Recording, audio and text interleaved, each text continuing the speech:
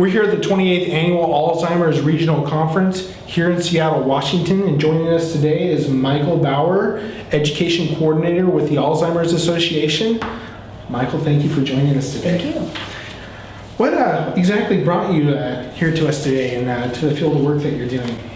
I started out working with people with developmental disabilities, and I did a regular, kind of a royal crash and burn with that population, burned out pretty thoroughly, but I still liked helping people. So I went back to college, got a degree in recreation administration, recreation therapy, thought that I would be working with sweet little people living in retirement homes.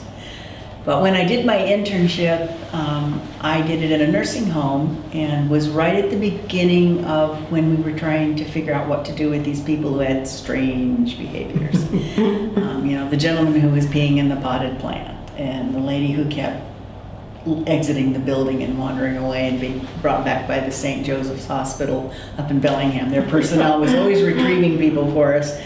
And so I fell in love with those folks, and then and that was in 1987.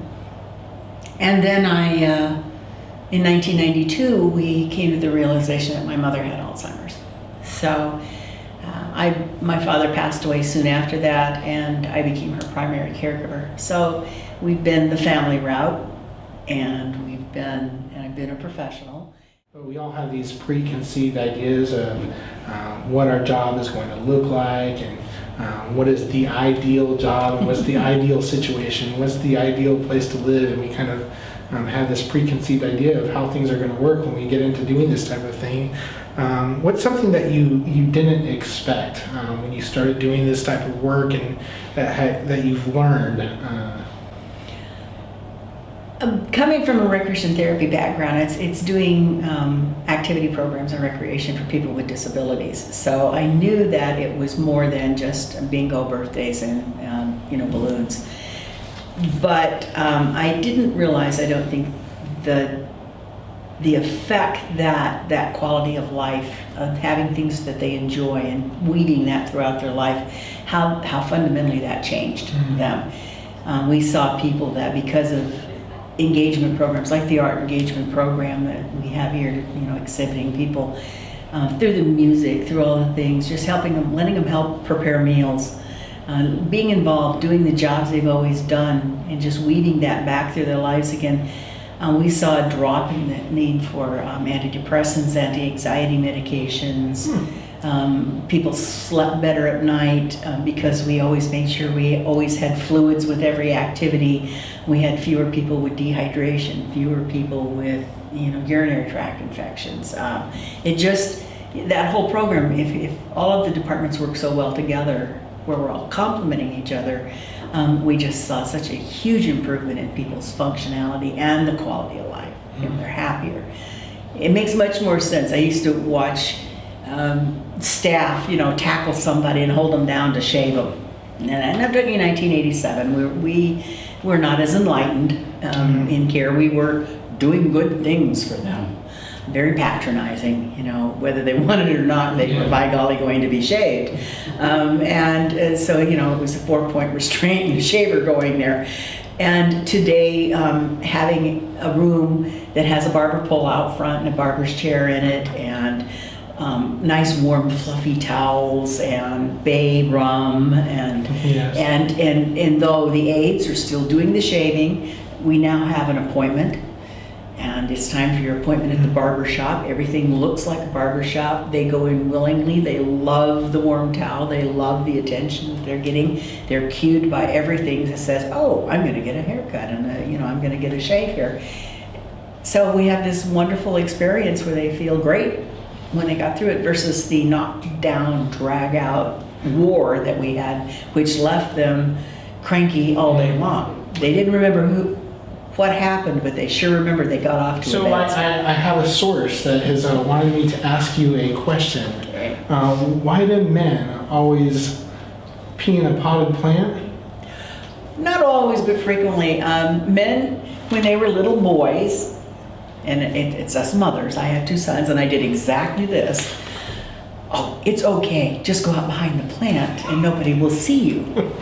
We never told our girls, because our girls had to strip, right? So we didn't do that. The boys could just, as my mother referred to as the handy picnic gadget, they could go out behind a plant and discreetly void. And so we did that. Well, now they're going back on old memory and old training. So when they need to go to the bathroom and there's a plant, there you go. They're going to go back on old behavior. So it's really frequent to have them do that. So when you see them, though, making a beeline for a plant, tugging at their clothes, it's a good idea to head them off and guide them to the bathroom. That's a real common behavior.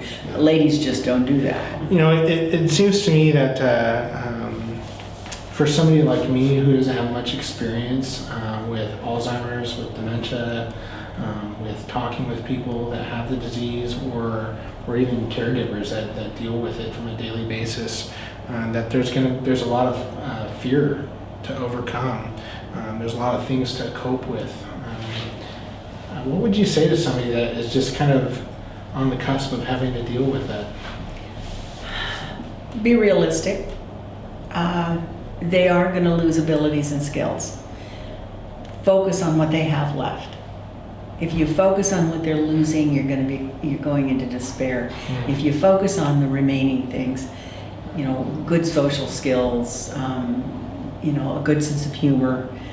Maybe they can't remember how to do all the parts of a task, but they can remember to do some parts. Give them that opportunity. Maybe may not be able to cook a whole dinner anymore, but they can sure have a heck of a good time snapping beans with you, or husking corn. And make them part of the whole task. As much as possible, give them choice, and maintain the respect for the person. They're not a child. They may behave in childish ways and have a tantrum or do things that we would not expect an adult to do. But the fact remains they're an adult and need to be respected and treated with dignity. But not chastised, like, don't you know better than that? How come you're so sloppy when you eat? But just say, well, everybody spills things once in a while, or look at that, I got this on my chest too. And just join them in the experience and say, we're all human. But this is an adult, treat them like one. I don't know why we don't treat our loved ones like we treat strangers. We're much nicer to strangers than we are to the people we love. It's a sad truth. Maybe we have lower expectations of people we don't know or something, but we're not always very kind. We say things that are quite hurtful. I guess we all have to kind of remember that it could be us there one day too. And remember that their egos are taking a big hit.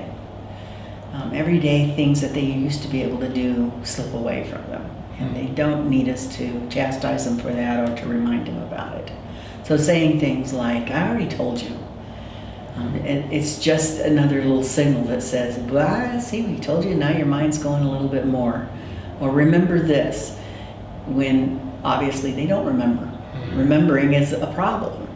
So instead of saying, remember that red tricycle I had when I was a kid? Just say, when I was a kid, I had a red tricycle. And it had this little ding-ding bell on it, and boy, I really liked that tricycle. If they remember it, they're going to talk to you about it. If they don't, just go on to another subject. Oh, I just want to tell you that I really appreciate people like you that take the time out of their day and their schedules to come out and help people such as myself. I am ignorant of the subject, and honestly, I have fears about it. I see my family members trending that way, and honestly, I don't know what to do, and that fear has a tendency to make me want to stop and not deal with it. And we see that in the isolation of our caregivers, because when you pull away from the person with dementia, you also pull away from the caregiver, from the care partner. And that isolation is a very poor thing. They need to stay engaged. When you get the urge to pull back, open your arms and pull them in. They're the same person they always were. If they always loved music, they're still going to love music. If they always loved art, they're still going to love art. If they always loved babies, they're still going to love babies and puppies and dogs and kittens and the things they always loved. Just go back to the basics and meet them on their ground, and you'll be fine.